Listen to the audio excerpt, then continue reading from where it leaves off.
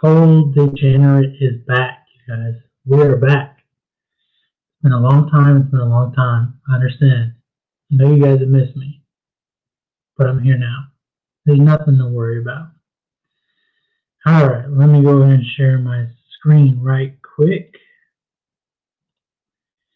And let's break this fucking card down from top to bottom. And you know I'm talking about that Roy Jones versus Tyson card. We're on some total degenerate shit. I told you. I told you. We're not shying away from the name of the title, folks. We're not shying away. No. No, I'm just fucking kidding. I have no idea about boxing. Just wanted to make you guys laugh, hopefully. But I will be tuning in.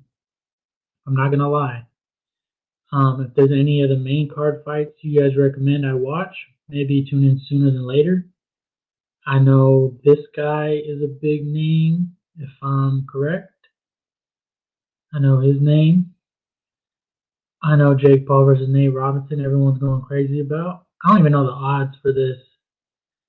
And then Roy Jones versus Mike Tyson. Last time someone told me to bet on a boxing fight, they said, who was it? Fuck, who was it? The big black dude versus the big white dude. Fuck, what are the names? Oh my god. Deontay Wilder versus, what's his name? Anyway, they told me to bet Wilder. And I was like, fuck no, I like the other guy's story. I like his story so much I can't even fucking remember his name. But yeah, that was the last time someone had told me to bet on a fight. They're telling me to bet on Mike Tyson, guys. I don't fucking know what to do. But I will be watching. Let's just say that. I will be watching. That card starts apparently at 8 Eastern. So yeah, fuck that card. We're not talking about that card. That was just a joke. We're not talking about that card. We're talking about UFC Vegas 15. Blades versus Lewis? No. Anthony Smith versus Devin Clark. The main event we didn't know we wanted. The main event we didn't know we wanted. Anthony Smith versus Devin Clark. It's got a ring to it, don't it? No, it doesn't. Holy shit, that's a fucking terrible main event. I'm tired of seeing Anthony Smith in main events. He has dropped the ball 2 straight times, put on a stinker of a main event fight. It's just like, how do you, I don't know, man. How do you trust this guy in a main event spot? I get it. He's got rep. He's got the name. But in this pandemic, man, his name went to shit. I'll tell you that much. But it's like, realistically, who do you put as a main event? So UFC's in a tough position. But first fight of the night, Nate Maness versus Luke Sanders. And let's go to the board. Let's go to the total degenerate board. All right, so this is how it works. I'm going to give you a best bet. If you don't know the rules, I'm going to give you a best bet for each fight. Usually the best bet is 1 unit. Usually I made an exception tonight for a couple of fights. I started on September 26th, UFC 253. I got absolutely shafted for minus 2.27 units. Every best bet of the card was 1 unit. But like I said, I'm making an exception for tomorrow's card because I'm just fucking feeling it. I'm feeling these 2 bets that I have exceptions on that I made 2 units. Not 1. Not 1.5. Not 1.75. 2. 2 unit bets. So yeah, got shafted at UFC 253. I bought into the Paulo Costa hype. Got fucked. But you know what? Don't even get me started, but get me started. I'm going to get myself started. That was not 100% Paulo Costa. I'm going to tell you right now. I have never seen suction cup therapy on a fighter's leg, and an MMA fighter's leg in my life. It was clear he was injured going into that fight. And you know what? If he somehow gets back to Israel Adesanya, mark my words, bookmark this. I will bet Paulo Costa again. And you're probably going to give me plus 275 next time. And I'm going to bet it again. At least 1.5 units on Paulo Costa. Paulo Costa was not himself that night. Simple as that. Simple as that. Bookmark this shit. I don't give a fuck what you do, but I will be betting Paulo Costa again if he makes his way back to that title. Let's scroll up. The next one we did was October 4th. I believe that was the next event. And we got shafted again. Completely shafted on our money line picks for the night. Oh God, it was horrible. It was really, really bad. But you know what? We move on. We simply move on. Betting on every fight is not recommended. But you know what? Here, we do it. We don't give a fuck. We don't give a fuck. Simply put, we bet on every fight. We don't care. It's the name of the show. It's the name of the game. Total Degenerate. So here we go. First fight of the night. Luke Sanders versus Nathan Nunes. Guess what we're doing? We're betting 1 unit on Luke Sanders at minus 155. These are all according to Bet Online, for the exception of one, because there was such a discrepancy in price. I had to go to my other book and show you the odds on that. But yeah, first fight of the night. Nate Nunes versus Luke Sanders. Here's what we're doing, guys. 1 unit minus 155 for Luke Sanders. I think there are levels to this game. Yes, Luke Sanders historically is kind of a mental midget, but you know what? Nathan Nunes is not on his level. Luke Sanders should make this look easy. 1 unit minus 155. We got Luke Sanders winning a unanimous decision here. And the next fight of the night. What is the next fight of the night? The next fight of the night is Sue Mudaerji versus Malcolm Gordon. And let's go to the board. Let's go to the Total Degenerate board. And here's what we got for the second fight of the night. Our best bet of the fight is Mudaerji wins by TKO/KO. 1 unit at plus 125. And you know what we're doing? We're doubling up. Mudaerji wins by TKO in round 1, folks. Plus 225 for half a unit. So we got 1.5 units on Mudaerji, TKO, KO, and we got half a unit for the TKO in round 1. Plain and simple. Gordon is chinny as fuck. I'm going to put it that way. I'm not even sure he knows his best path to victory here is to take, or to try to shoot in and dive in at legs and try and go for the submission. And I kind of like the takedown defense of Mudaerji. So, you know what? I think it's going to be a round 1 TKO for Sue. He's going to make this look easy. Round 1. Best bet, TKO. Doubling up, half a unit at plus 225. I watched the tape. I like what I see. Round 1 TKO, baby. And, oh my God. What shall we say about this fight? Ostovich versus Gina Mazani. Ostovich is 4-5 in her career as a pro. Mazani is 6-4. Let's go to the Total Degenerate board. And what do we have? What do we have? Oh, okay. We have violence in the women's flyweight division. That's what we have. We have violence in the women's flyweight division. My best bet of this fight is fight doesn't go to decision. You know I love these violence bets. Let's just say it's going to be half violent for this fight. Half violent. Not very violent, but you know what? I think it's going to finish. I think the path to victory for Ostovich is a submission. I know a lot of people are counting her out right now. I know a lot of people are counting her out tomorrow, but you know what? I'm sick and tired of it. Gina Mazani is just as bad. She is just as bad. I'm going to tell you that. She's just as bad. And the fact that she's minus 200 is disgusting. It's disgusting. I got Ostovich winning this fight. But most importantly, I have one unit on fight doesn't go to decision. I think there's finishes for both fighters available in this fight. Ostovich via submission. And maybe if the size and strength advantage is actually going to play a factor here as the fight moves on, as the fight extends, I think Mazani is going to take advantage of that top control and she's going to pound Ostovich out in rounds 2 or 3. So, you know what? Best bet, this fight doesn't go to decision at plus 160. I like the plus number. I like 160. It's as simple as that. And you know what? I doubled up. I doubled up on this fight. I got 0.25 units at Bovada. Everything else is bet online, but there was such a big discrepancy in price for submission for Ostovich on bet online and Bovada, so I had to go with Bovada. Bet online, I believe it's plus 425.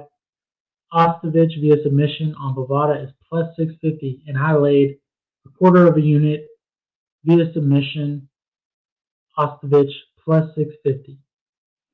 I think the path to victory is there, guys, for both ladies to finish this fight. I know a lot of people were talking about that interview, Ostovich's pre-fight interview, talking about how she didn't get to train as much. She didn't have female bodies to work with. She didn't have a lot of training partners. Everyone's so high on James Krause. I admit I am too. I love James Krause as a coach, as a head coach. He's one of the best head coaches in the game right now, probably the best in my opinion. But sometimes you just can't coach a girl like Gina Mazani. If anyone is going to give a fight away, it's going to be Gina Mazani. You put her in one bad spot, it's over. And over the course of 15 minutes, I think Ostovich is going to put her in a bad spot and she's going to wrap up that submission. Whether it's armbar, rear naked choke, whatever it is, I think that submission is live, baby. But anyways, best bet of that fight is fight doesn't go to decision. Let's move on. Let's move on because I know we don't want to spend too much time on that fight. No one gives a fuck about that fight. But here we go. Martin Day versus Anderson dos Santos. 135. Let's go to the board. Where the fuck is my bet for that fight? Oh, what do you know? Another violence bet. You know me, guys. I love the violence. And we have one unit. Fight doesn't go to decision. Plus 120 according to Bet Online. Once again, I think there's path to victories for both fighters here to finish inside the distance. I think Dos Santos has a huge advantage on the mat. He's a BJJ black belt, and that's probably the weakest part of Martin Day's game. And let's not talk about how defensively flawed both fighters kind of are, but more importantly, Anderson dos Santos. That guy swings with his chin up, just ready to get blessed inside the octagon, like crucified inside the octagon, man. Like his chin is so straight up. You don't normally see male fighters with chins straight up in the air like this, but I mean, he throws those wild, loopy, dangerous hooks. But Martin Day is a sniper, guys. He's got power. He's got the spinning kicks. He's got that sniper ability. And whether it be on the ground for Dos Santos or on the feet for both guys, I think there's a path to victory. And the path to victory is finish for both guys. And yeah, I think this fight's going to be all violence, guys. I love myself some violence bets. Hasn't been good to me lately, but I saw the plus number and I had to take it. One unit plus 120. I think this fight is going to be action-packed, small cage. I've got to take fight doesn't go to decision here. Win or lose, plus 120. I like it as my best bet. So yeah, there's that. Next fight, moving right along. Kamaka versus our first fight to start the main card. I believe this was on the prelims, but we had some shifting due to Curtis Blades and Derek Lewis getting called off. Kamaka versus Jonathan Pierce. Another fight that I just think is going to be beautiful violence, man. Like Kamaka, despite on paper, He doesn't have a lot of finishes. He goes out there to finish guys. Same with Jonathan Pierce, if not more so than Kai Kamaka. He's not looking to shoot for a takedown in rounds 2 and 3 when he gets a little bit tired. He's looking to put on that pressure. He's looking to put on that volume. I know getting finished by Joe Lozon is a bad look, but previous to that, I kind of like this game, man. He puts that pressure on guys. Like I said, he puts that volume on guys, and he just goes forward. He ain't afraid to fight. Neither is Kai Kamaka. I think you know where I'm going with this. My best bet of that fight is going to be fight doesn't go to decision. Plus 115, another plus number. Last few fight doesn't go to decision bets that I've kind of got a bit unlucky on have been minus. We're on the plus side this time. We're on the plus side, so maybe that changes things up, and we get a few cashes for fight doesn't go to decision. We got 1 unit as my best bet at plus 115. Kai Kamaka, Jonathan Pierce doesn't go to decision. Like I said, this is going to be violent, man. This is going to be a violent fight. Kai Kamaka in round 1 has the potential to finish. I believe he's going to have a huge speed advantage, huge stopping power advantage in round 1. And as the fight extends, I think Jonathan Pierce maybe it favors him a little bit more. Based on what we've seen from Kai Kamaka, we've sort of seen him slow down in rounds 2 and 3. So maybe it favors Jonathan Pierce as we extend, and we can see Jonathan Pierce get that round 2 or 3 TKO victory. But I think both guys are defensively flawed on the feet. Jonathan Pierce a little bit more so than Kai Kamaka. But yeah, I went ahead and doubled up on this fight, guys. I think a real path to victory for Kai Kamaka is TKO in round 1. And it's at plus 525 right now, which I kind of don't understand that being so wide, plus 525. I don't know what that indicates at the top of my head, but I think it should be a lot lower than that, guys. So I went half a unit at plus 525 for Kai Kamaka in round 1 via TKO. I think that's a solid path to victory. When you look back at it, he probably should have TKO'd Tony Kelly in that first round. You go back previous to that in his LFA fight versus Michael Stack, he had an opportunity there to finish Michael Stack in the first round. And I think Jonathan Pierce is more defensively flawed than both those guys. So, yeah, I can see a real path to victory for Kamaka in round 1 via KO. So, yeah, like I said, it's going to be a fire fight, guys. It's going to be a very violent fight. I love this fight. It's probably my fight of the night if Kai Kamaka doesn't get it over in round 1. Kai Kamaka's had already one fight of the night during this pandemic versus Tony Kelly.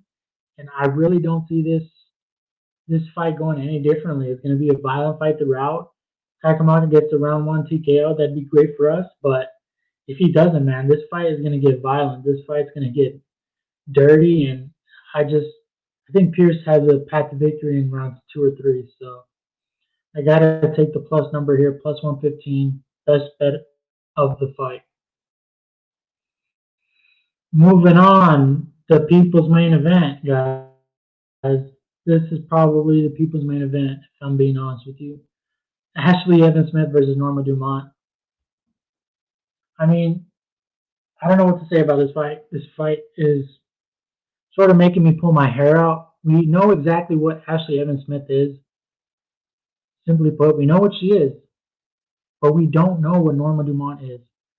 I know she got KO'd by Megan Anderson in her first fight in the UFC at 145 pounds.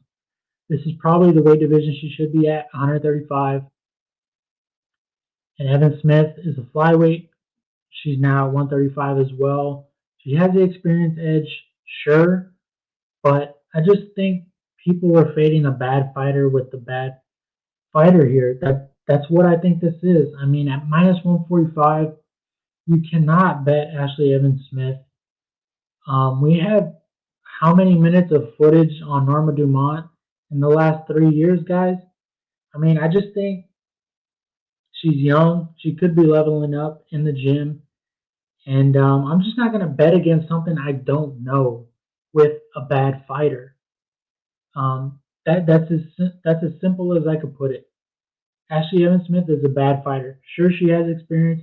Sure, she should probably win this fight. But I kind of like Norma Dumont, the little bits and pieces I have seen.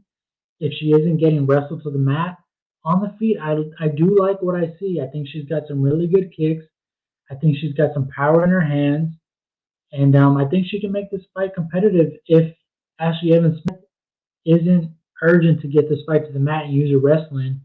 I know she has a wrestling background, but I don't think it necessarily translates to MMA.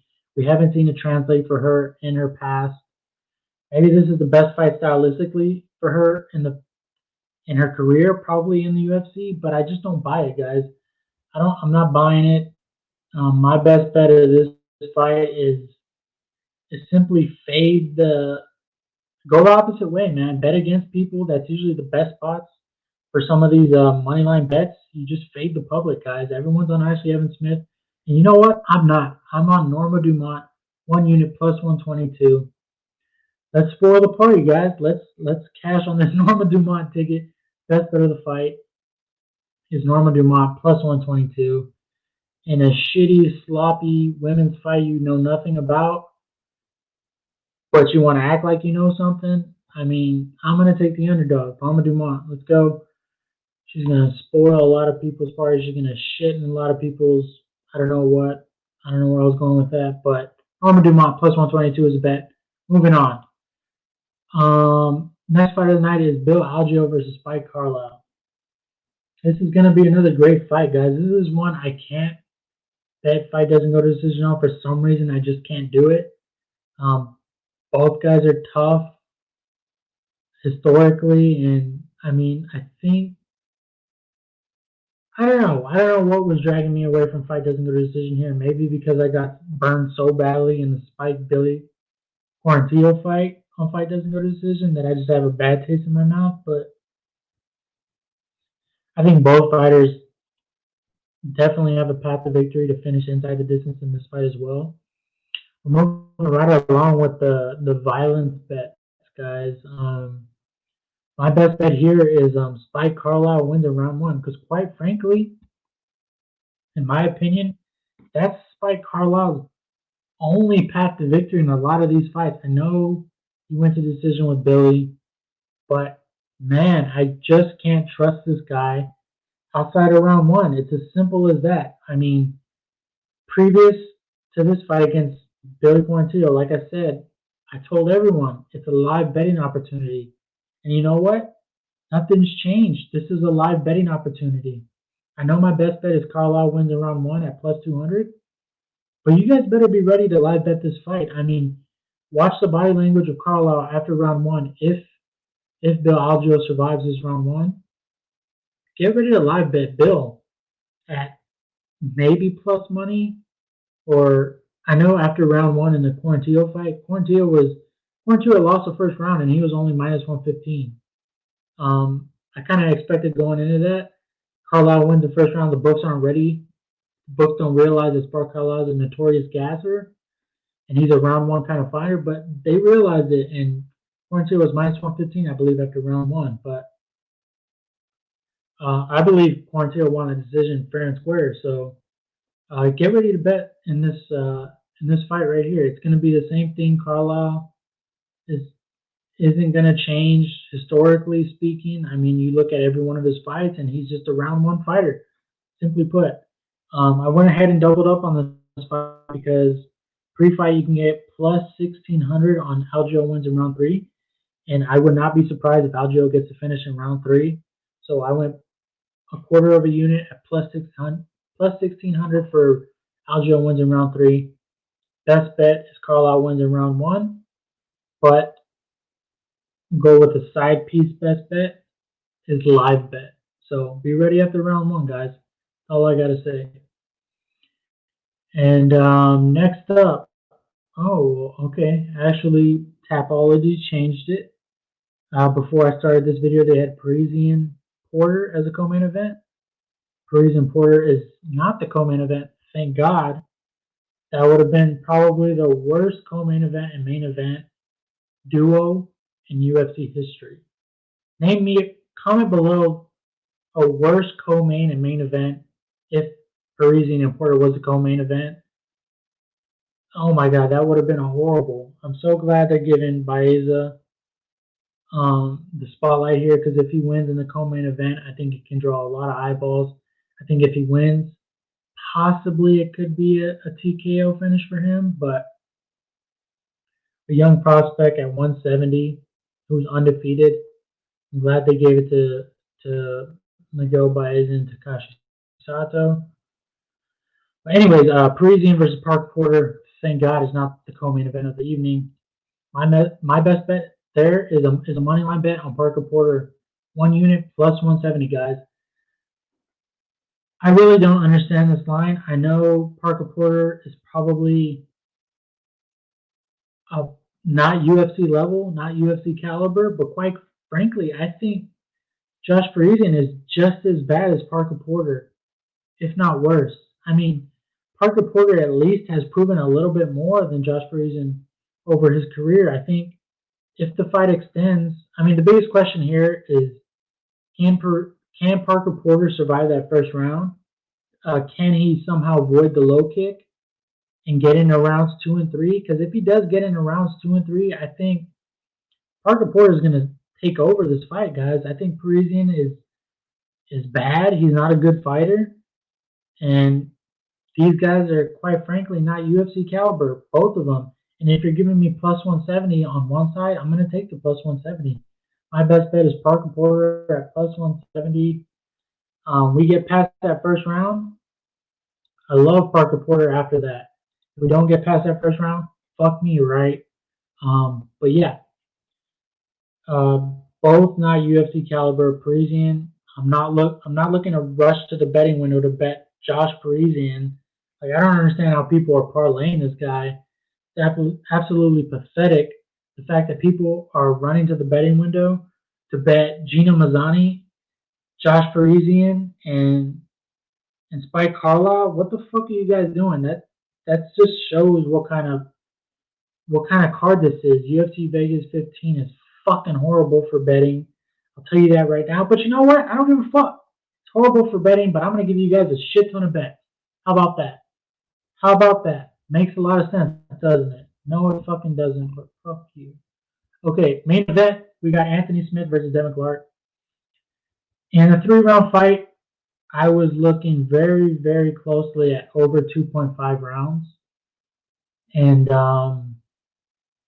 yeah, that was going to be, I was probably going to bet that fight. It's now the main event. 5 rounds of fighting. And I think it's going to get past that 3rd round.